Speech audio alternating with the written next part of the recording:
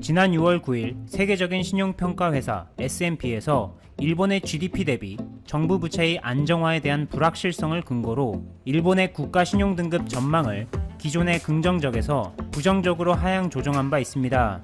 이에 이어서 지난 7월 29일 미국 블룸버그 통신의 보도에 따르면 무디스, S&P와 함께 세계 3대 신용평가 회사로 꼽히는 피치에서 최근 일본의 국가 신용등급 전망을 기존의 안정적에서 부정적으로 하향 조정하게 됐는데, 일본이 신종 코로나 바이러스 감염증 사태의 충격으로 소비 지출, 투자, 그리고 해외 수출이 급감해 경기가 가파르게 축소된 것을 이번 하향 조정의 가장 큰 원인으로 언급하고 있습니다.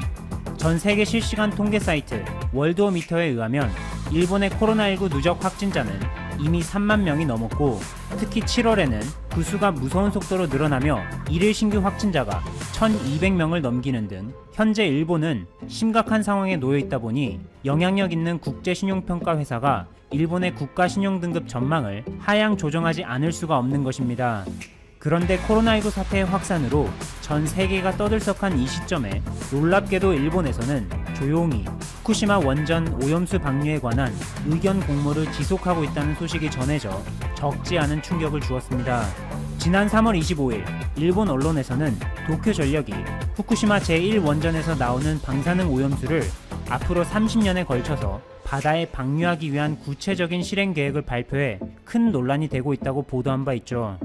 도쿄전력에 의하면 이 오염수를 다핵종 제거 설비 알프스 장치를 이용해 정화 작업을 마친 뒤 짧게는 10년에서 길게는 30년에 걸쳐 바다에 방류할 계획인데, 여기서 문제는 알프스 정화 작업을 마친 오염수에 대해 조사를 해본 결과 그중 80%에서는 여전히 기준치를 넘는 방사능 물질이 검출됐을 뿐만 아니라 오염수 방류가 국제적인 문제임을 인지하고 있음에도 현재까지 의견 공모를 지속하고 있습니다.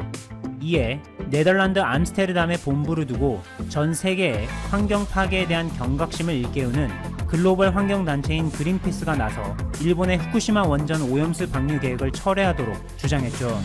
그린피스의 한 활동가는 지난 30일 서울 종로구 중학동에 위치한 주한 일본 대사관 앞에서 기자회견을 열고, 일본 정부는 조만간 의견 공모를 마치고 올해 안에 오염수의 해양 방류를 확정할 가능성이 높다.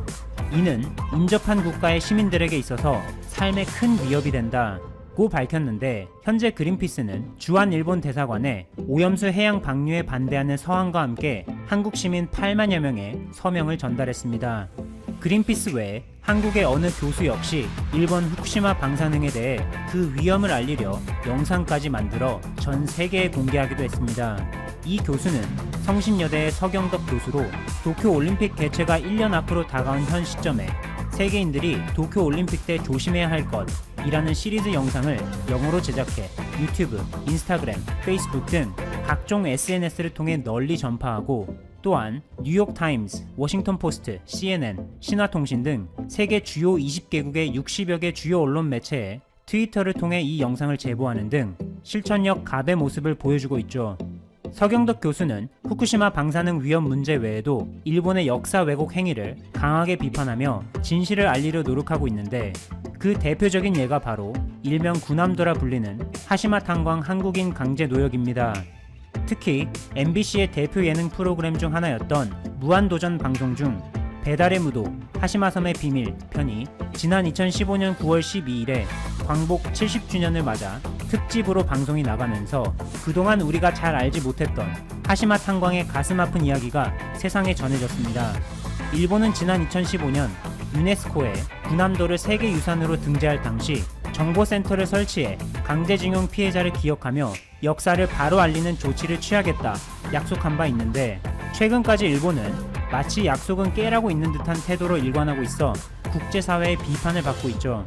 일본 도쿄에 위치한 산업유산정보센터에서는 적반하장으로 이제는 구남도 역사에 대해 오히려 한국 측이 거짓말을 하고 있다고 주장하기에 이르는데, 이에 서경덕 교수는 한국인 강제노역 사실을 숨기는 것도 모자라 메이지 시대의 산업화 성과를 자화자찬하고 있는 일본의 심각한 역사 왜곡 행위를 세상에 알리는 카드뉴스를 만들었죠.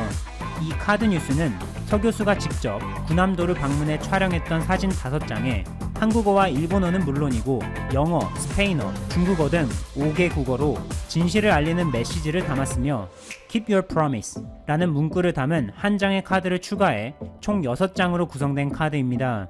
현재 군함도를 관광지로만 홍보하며 이를 마치 자랑거리인 것처럼 여기는 일본 정부에 한국을 비롯한 국제사회가 강력한 비판과 조치로 대응해 일본이 반성하고 진심으로 사과하게 만들도록 노력해야겠죠. 즐거운 라디오 추천 한번 정중히 부탁드리면서 시작하겠습니다. 전반적인 중국의 반도체 굵기 그 현황에 대해서 정리하는 시간 갖도록 하겠습니다. 중국의 메모리 반도체 업체죠. 양쯔강 메모리 테크놀로지 YMTC가 3분기에 SSD 시장에 진출할 것을 천명했습니다. 그리고 그나마 중국에서 파운드리를 하는 SMIC 역시 3조 원대의 자금을 조달해서 7나노 이하 공정 개발을 본격화할 계획인데요. SSD 시장 점유율 1위이자 세계 파운드리 시장에서도 TSMC에 이어서 2위를 달리고 있는 삼성전자에게 본격적인 도전장을 낸 것으로 평가받고 있습니다. 우려 섞인 기사들도 많이 나오고 있죠.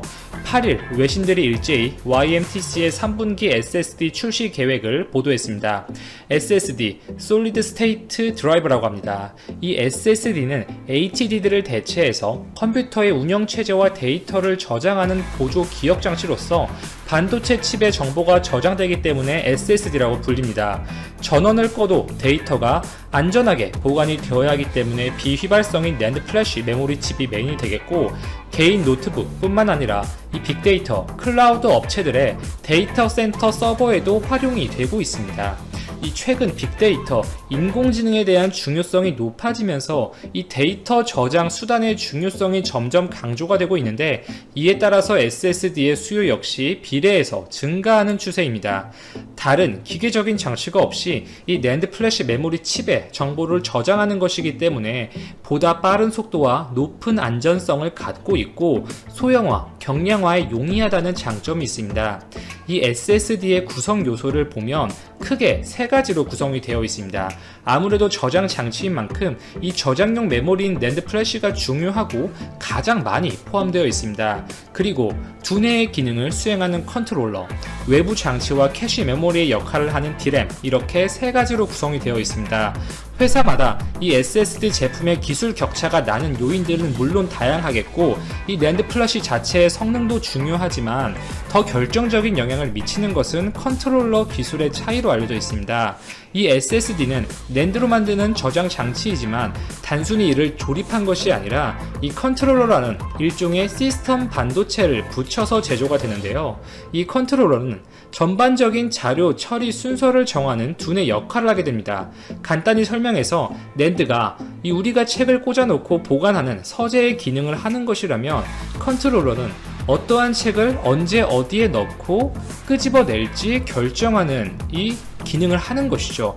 계속 같은 부위에만 책을 꽂고 끄집어낸다고 가정을 하면 당연히 문제가 발생하겠죠. 적재적소의 데이터를 이렇게 저장을 하고 끄집어내는 것이 컨트롤러의 역할입니다. 또한 에러나 이 불량 섹터들을 막아줘서 제품의 수명에도 영향을 주죠. 이 YMTC는 NAND를 생산하는 중국 업체입니다. 지난 4월 중국 기업들 중에 처음으로 128단 3D NAND 플래시를 개발해서 연말에 양산할 예정이라고 밝혔습니다. 항상 중국 반도체 기업들의 발표는 우리가 걸러서 들어야 하죠. 워낙 그럴싸하게 좀 허황되게 포장해서 발표하는 경우가 많기 때문에 실제로 제품이 출시되고 공개가 되어 봐야 정확한 그 스펙을 확인할 수가 있겠습니다. 또한 SSD 시장 점유율을 보면 역시 NAND 플래시가 기반이 되는 것이기 때문에 이 낸드에서 압도적인 기술력을 갖고 있는 삼성전자가 33%로 세계 점유율 1위를 기록하고 있습니다. 2위는 인텔, 3위는 일본의 키옥시아, 4위 마이크론 순서인데요. SK하이닉스는 2.4%의 점유율로 7위에 그치고 있는 상황입니다.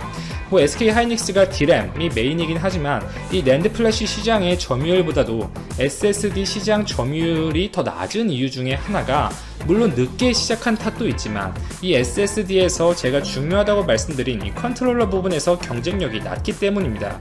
그렇기 때문에 이 SSD를 포함한 수익 수익성이 높은 상품들인 모바일용 표준 저장 장치 UFS나 이 인베디드 멀티미터 카드 eMMC 등의 제품을 만들 때 상품성이 떨어진다는 평가를 받고 있는 것이죠.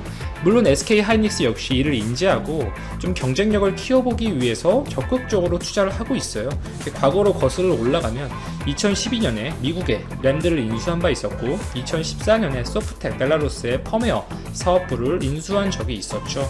기술력 확보에 꾸준히 노력을 하는 모양새입니다. 그러면 이 중국의 YMTC가 어느 기업으로부터 컨트롤러를 받느냐? 일단 대만의 파이슨으로 이렇게 보도가 되고 있어요. 이 파이슨은 이미 자체적으로 이 낸드 플래시 메모리용 컨트롤러 칩을 만들어서 여러 기업들에게 공급을 하고 있습니다.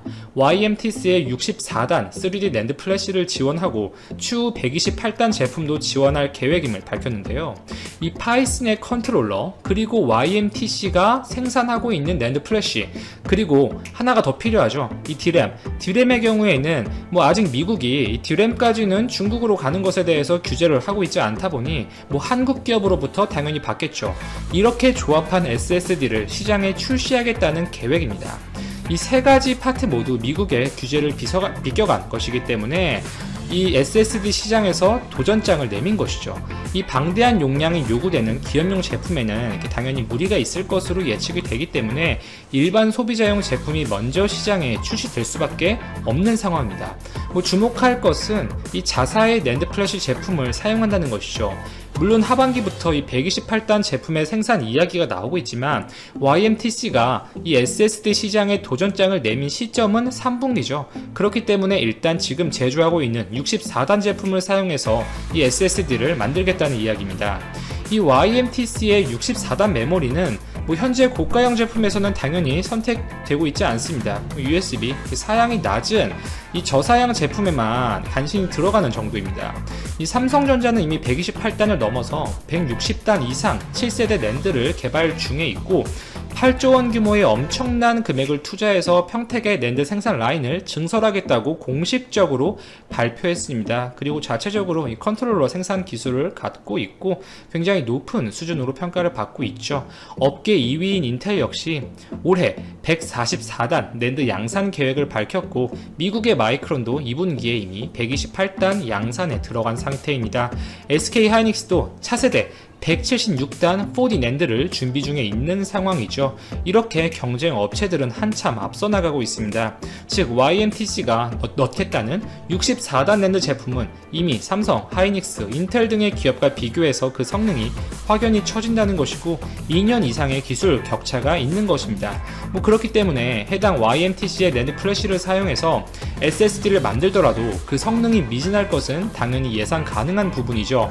올해 말에 양산하겠다는 128단 역시 실제로 제품이 나와 봐야 알겠고 공정 과정에서 수율이 얼마만큼 뽑히는지도 봐야 대규모 양산이 정말 가능할지 그 사이즈가 나올 것으로 보입니다.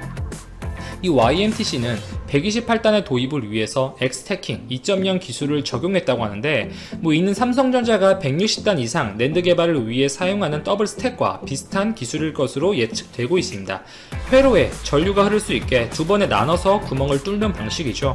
일부 층을 쌓다가 구멍을 뚫고 남은 층을 마저 올려 완성하는 방식입니다. 이게 더블 스택인데요. 이 128단까지 삼성은 구멍을 하나만 뚫는 방식의 싱글 스택을 사용해서 다른 기업들과 차별화를 시켰었어요. 100단 이상의 층을 쌓으면서도 이 전류가 통하는 수억 개의 구멍을 뚫는 일, 즉 채널홀 애칭을 단 한 번에 했다는 것에 큰 의미가 있었고 이 싱글 스택 방식은 더블 스택에 비해서 당연히 원가를 낮출 수가 있습니다. 이 128단부터 YMTC는 삼성과 다르게 이 더블 스택을 도입할 것으로 보입니다. 이 파이슨이 YMTC가 생산하는 128단의 제품 지원을 일단 이야기를 한 만큼 머지않아서 128단 제품이 나오긴 할 것 같습니다. 제품 생산과 양산은 말씀드린 것처럼 전혀 다른 문제인 만큼 얼마만큼 시장에 임팩트를 줄 수 있을지 좀 개인적으로 기대가 되고요. 최근 미국의 견제에도 불구하고 이렇게 중국의 많은 기업들은 이렇게 반도체 굵기를 좀 가동하는 모양새입니다. 중국의 창신 메모리에 이어서 유닐스라는 기업도 두 번째 D램 제품을 발표했고, 중국 파운드리 SMIC 역시 상하이 증시에 상장하면서 대규모 펀딩을 받았죠. 현재는 14나노에 그치고 있고 7나노 제품을 준비 중에 있는데, 미국 정부가 중국 측에 공급을 막은 EUV 대신에 울며 겨자 먹기로 이 심자외선 DUV, 딥 울트라바이올렛 장비를 활용할 것으로 예측이 되고 있습니다.